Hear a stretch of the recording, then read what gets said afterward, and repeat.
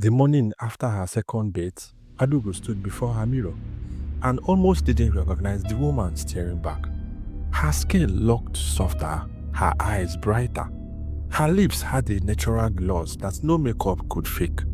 Even the little scar on her face, one she do always hated, seemed to have faded overnight. When she stepped out that day, the world seemed to pause. Okada riders slowed down. Shop owners greeted her differently. A security guard at the bank even held the door open longer than usual. His eyes glowed to her. And when she met her friends that afternoon, their laughter changed. It wasn't the warm laughter of sisterhood anymore. It was laced with envy. "Baby, you dey glow," Chika said, narrowing her eyes playfully. "You don't get sugar daddy, abi?" Adugo forced a laughter. "Na ordinary cream, Jerry." But inside, her heart swelled. She couldn't deny the thrill. The way people now looked, the attention she do always wanted suddenly has. That night, she couldn't sleep.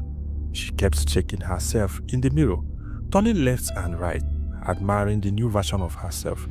She didn't even recognize when she started whispering to her reflect, "This is who I was meant to be." The third night, she returned to the far corner again. The street was silent, the air thick with mist. The street light flickered like it always did. She placed her bowl down, poured the water, and dipped the soap. The moment the leather touched her skin, she heard faint laughter, distant, echoing, almost playful. The breeze circled her body like invisible hands caressing her. "Adugo," the voice scared.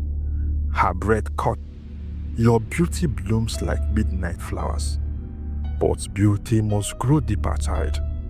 She looked around, trembling. "Who is talking?" "Do not fear," the voice whispered. "You are becoming who you were meant to be. But remember, to keep the glow, you must stay faithful. 7 nights, no skipping." Then silent. The maid thing, the light steadied.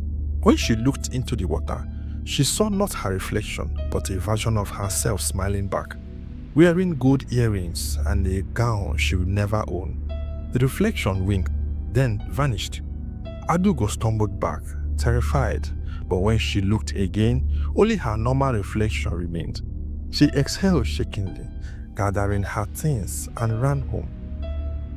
By morning, something else had changed. Stephen, the man who once walked past her like she didn't exist, now couldn't take his eyes off her. He came to her office twice that day, pretending to pass by. Later that evening, he texted her, "You look different these days. Can I take you out for a dinner?" Her fingers trembled as she typed back, "Yes." That night, they sat across from each other at a rooftop restaurant. City lights glowing below. For the first time, Adugo felt like she was finally living the life she do watch her friends enjoy for years. He was attentive, charming, even a bit shy, the kind of man she do always dreamed about.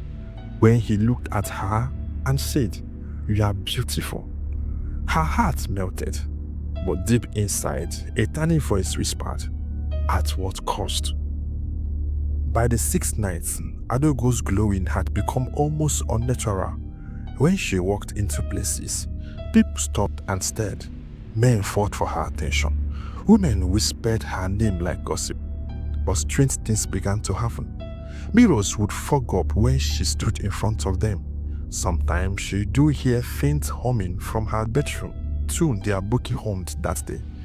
Once, she do wake up to find the soap glowing friendly beside her pillow, even though she had locked it away in a drawer. And one evening, as she was dressing for work, she noticed something odd, a faint mark, like a symbol glowing behind her ear. She rubbed it hard, but it didn't fade. That night, she skipped the bed. Just once, she told herself she was tired, that one night wouldn't matter. But at 2 a.m., she woke to a whisper, "Adugo." She sat up sharply. The air was cold, her window rattled, though the night outside was still. "Adugo." She turned towards the sound and saw her reflection in the mirror move, though she didn't. The reflection smiled. "You forgot me." Adugo screamed. Morning came. Her phone rang non-stop. Steven was calling, worried. But when she looked into the mirror, her heart dropped. The glowing was fading. Her skin looked dull, her eyes tired. She rushed to the drawer, pulled out the soap, but it had cracked. A tiny line ran through it, as though it had been cut from within. Panic grabbed her. She thought of the Aboki's man's warning. That kind of charm comes with a price. Her door cracked suddenly. It was Ngozi, her roommate. "Adugo, are you okay? I heard you shouting in the night." Adugo tried to smile. "Nightmare." But Ngozi's eye fell on the cracked soap in her hand. She frowned. "What's that?" "Nothing," Adugo snapped, hiding it. Ngozi shook her head. "Whatever you are into, just be careful. Something sweet for beginning, bitter for the ending." Her words lingered long after she left.